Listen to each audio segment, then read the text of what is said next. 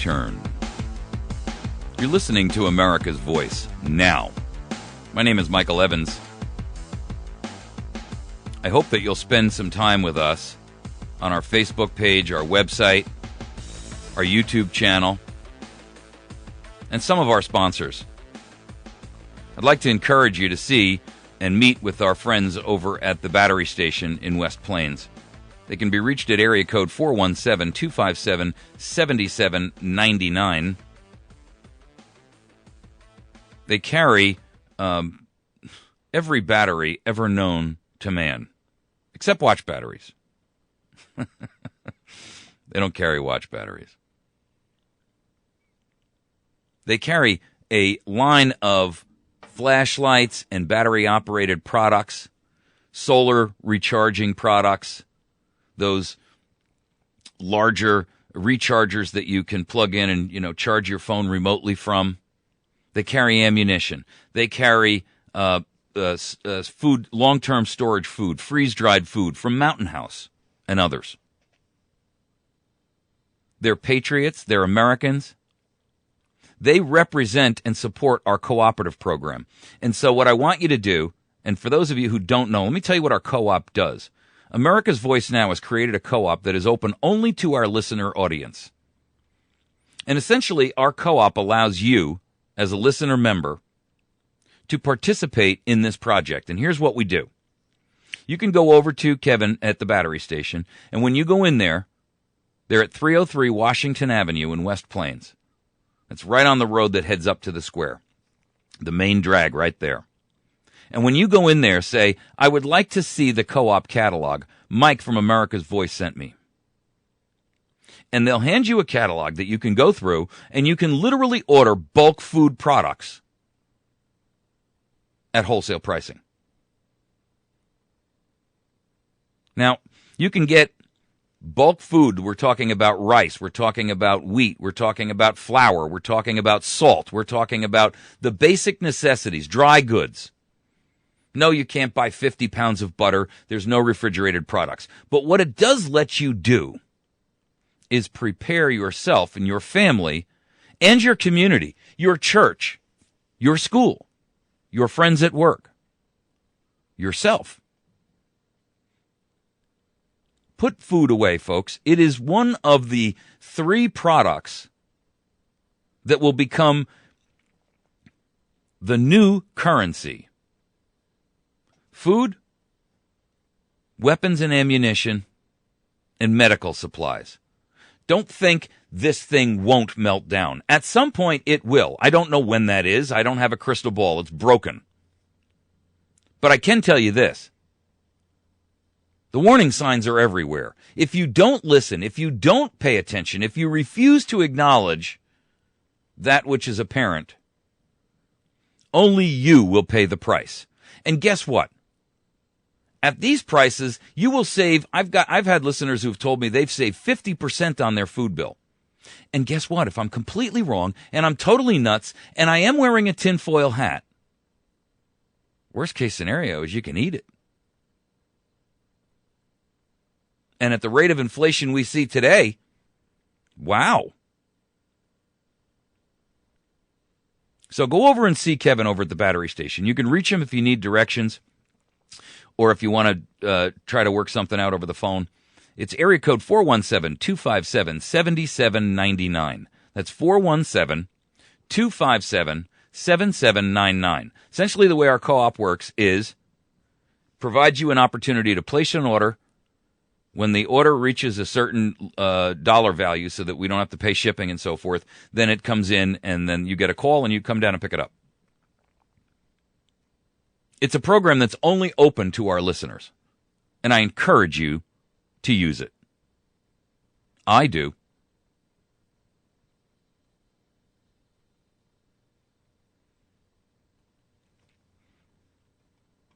And while you're there, there's plenty of other opportunities for you to work with the Battery Station on the ton of other products they have, including, as I mentioned, the freeze-dried products. You can buy those cans where you can get freeze-dried, ham and eggs, or freeze-dried meals where they come in a big can and you literally just take a scoop out and throw in some water and whammo, you got food. Ladies and gentlemen, that is just prudent. All right. I want to talk about this issue with the Second Amendment and the Senate website that actually has the unmitigated gall to question the individual right to own guns. Now, the Second Amendment says that the right for Americans to own firearms shall not be infringed. And there's long been a contention for those of you who have an interest in the Second Amendment as to whether or not it was a collective right or an individual right. And we know that anti-gunners have for decades been screaming, it's a militia right. The individual can't own a gun. Only militias and police and law enforcement should have guns.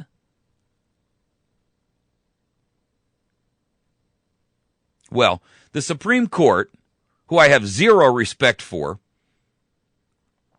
ruled repeatedly that it is an individual right. Now, I'm not saying that should trump your response, because you don't need the Supreme Court to tell you the truth. You don't need the Supreme Court to tell you what John Adams himself told you.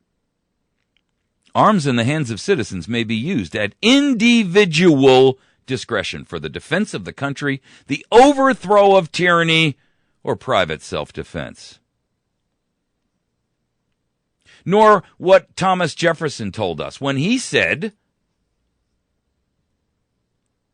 the purpose of the Second Amendment is to defend our nation from tyranny. That doesn't require a militia. But the Supreme Court has, in fact, like a broken clock every once in a while, even twice a day, it's right? Even a blind squirrel once in a while finds a nut.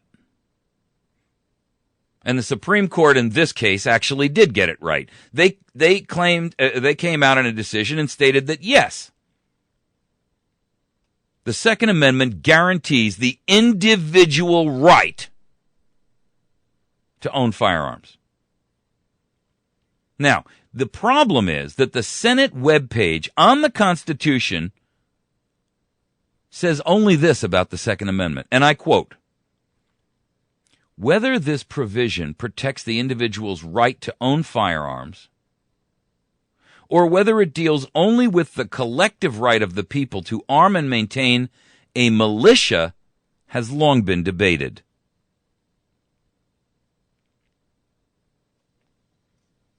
Well, let's clarify.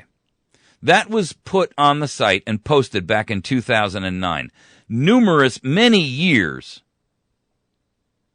after the Supreme Court ruled, quote, the Second Amendment protects an individual right to possess a firearm unconnected with service in a militia and to use that arm for traditionally lawful purposes such as self-defense.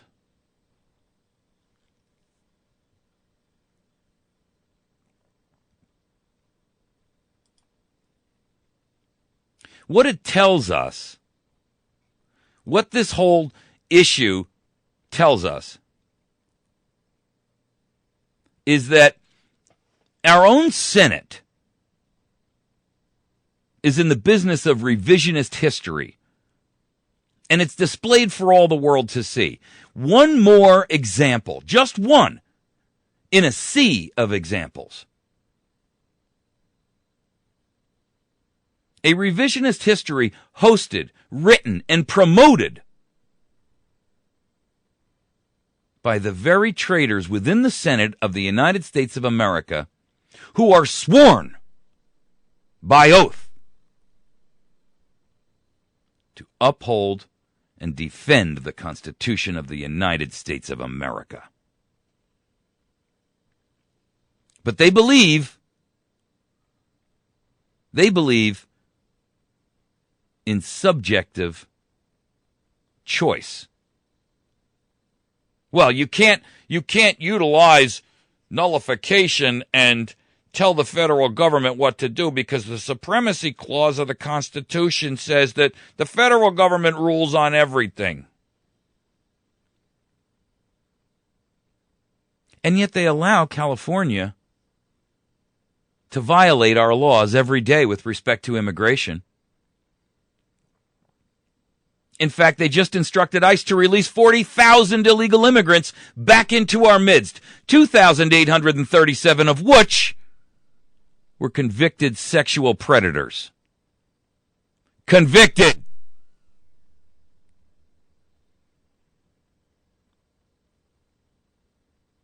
Long after SCOTUS, Supreme Court of the United States, has decided and stated emphatically and clearly that which we already knew and held to be true, that the Second Amendment is an individual right, they have the unmitigated gall to attempt to bend, manipulate, and mislead the readers of their website. Yes, the United States Senate's official website. The very body that is charged and sworn to uphold the law and the Constitution itself misleads with a blatant lie even a first grader could point out.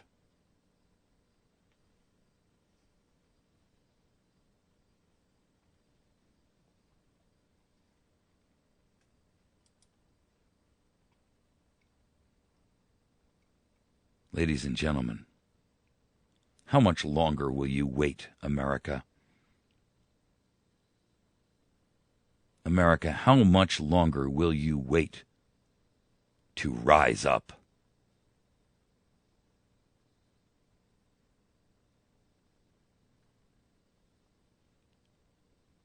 These liars have betrayed us on this Obamacare issue so abusively, so blatantly.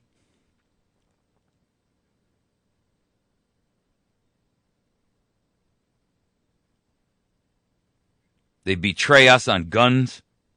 They betray us on finances. They betray us on taxation. They pass oppressive laws and then write pieces of revisionist history to try to justify and explain their treason. That's right, I use that word.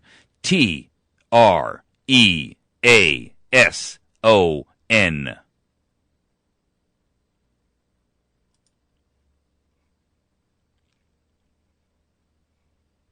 What you have to recognize, America, is that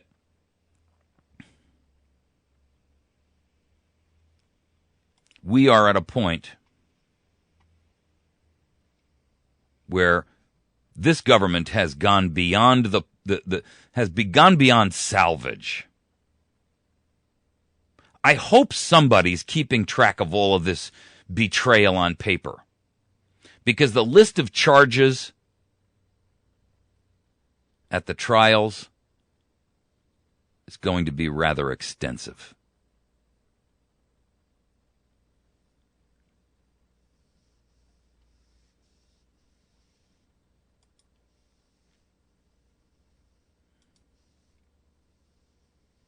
We are in a point, ladies and gentlemen,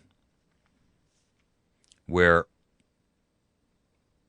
the enemy is upon us. The barbarians have come through the gate. They are raping and pillaging our city, our nation, and they are actually eating our children.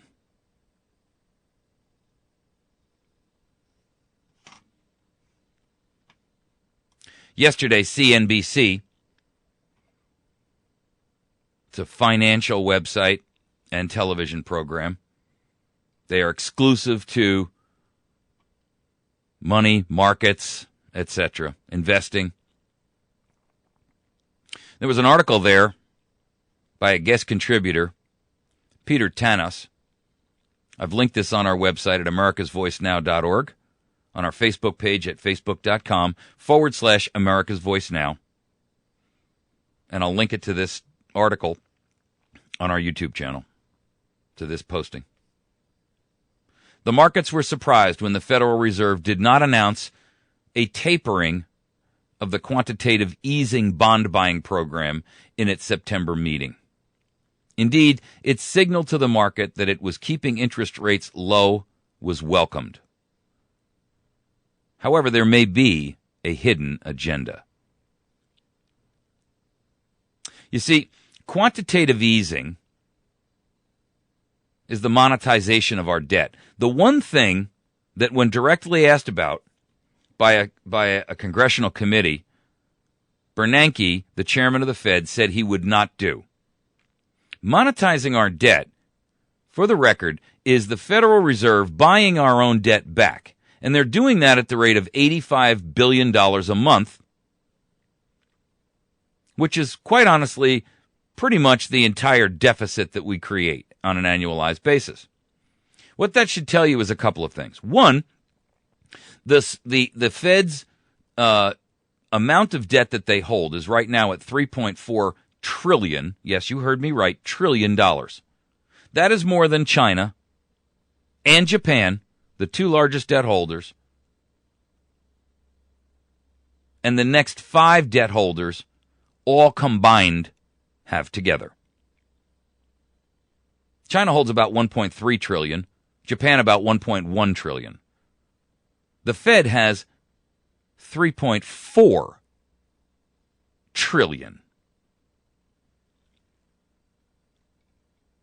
$6 trillion has been stolen from the Social Security Trust Fund, and that piggy bank is full of nothing but IOUs.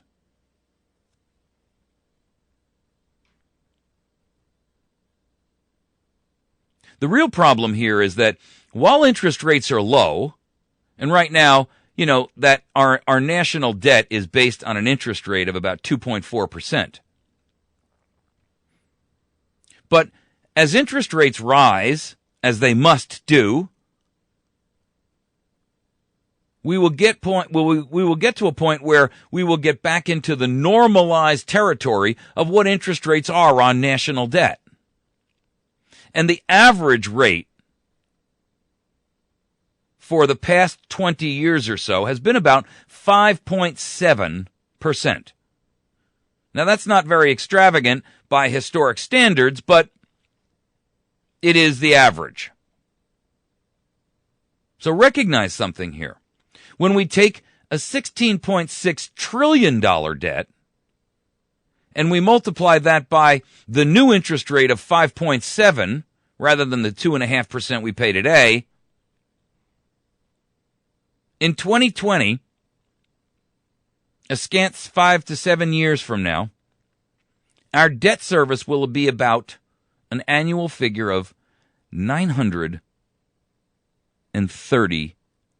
billion.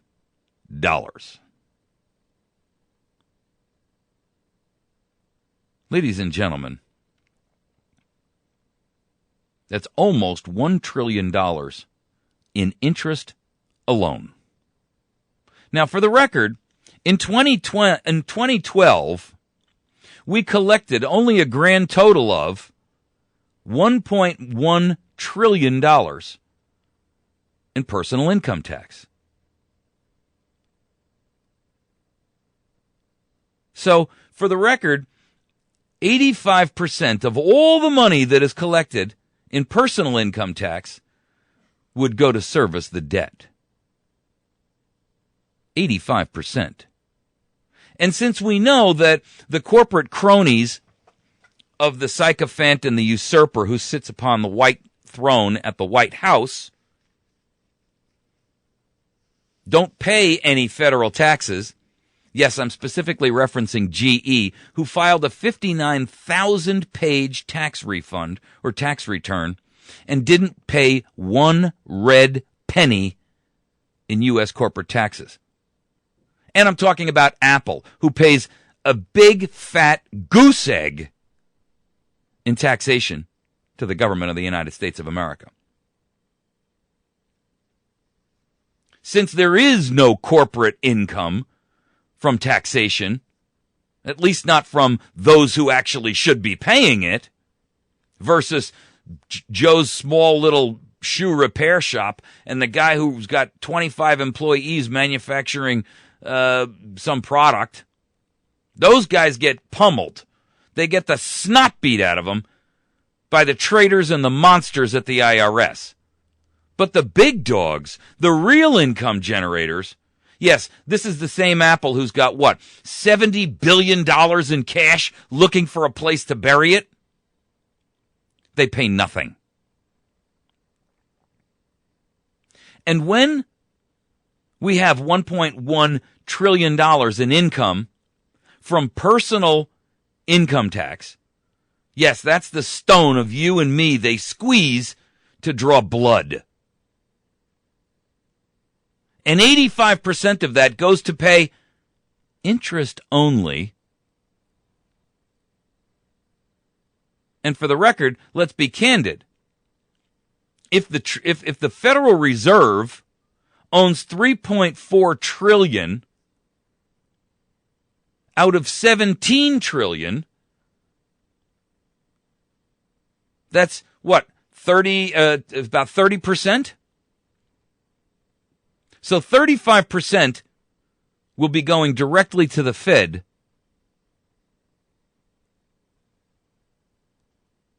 as untaxable income.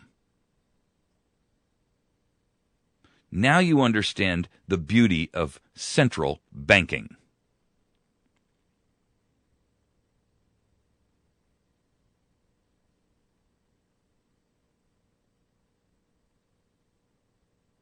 The real problem is that at some point, the Federal Reserve must shed that debt. They must unwind, as they call it. And when they do unwind, ladies and gentlemen, the price paid by Americans is going to be tragic. We already have double-digit inflation. No, you can ignore what they tell you from the Congressional Budget Office and the Government Accountability Office, because they take things like energy cost, gasoline cost, food out of the equation when they calculate inflation. Well, those are the primary expenditures of most average Americans. So when you take out the biggest denominator, how do you expect to end up with an equation at the end that actually represents the truth? You don't. So they tell us, well, inflation's only 4%. But if you put gasoline and energy and food and healthcare back into it, it's more like 14.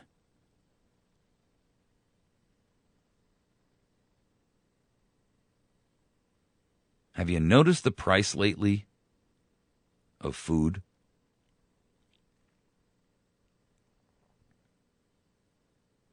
Have you noticed the price of the everyday goods that you buy? Have you gone into the store lately and seen that the bags keep getting smaller and the ounces in the bags are smaller and smaller and smaller, but the price is going up, up, up, up, up? Have you looked at the price of chicken lately? It used to be the poor man's food. It's $1 a pound now for garbage. Not to mention that it's pumped with fat and water to inflate the value and the weight. Have you noticed the price of chopped meat? This is the same chopped meat that they have ammonia in to raise the value and the weight. Ammonia? Yeah.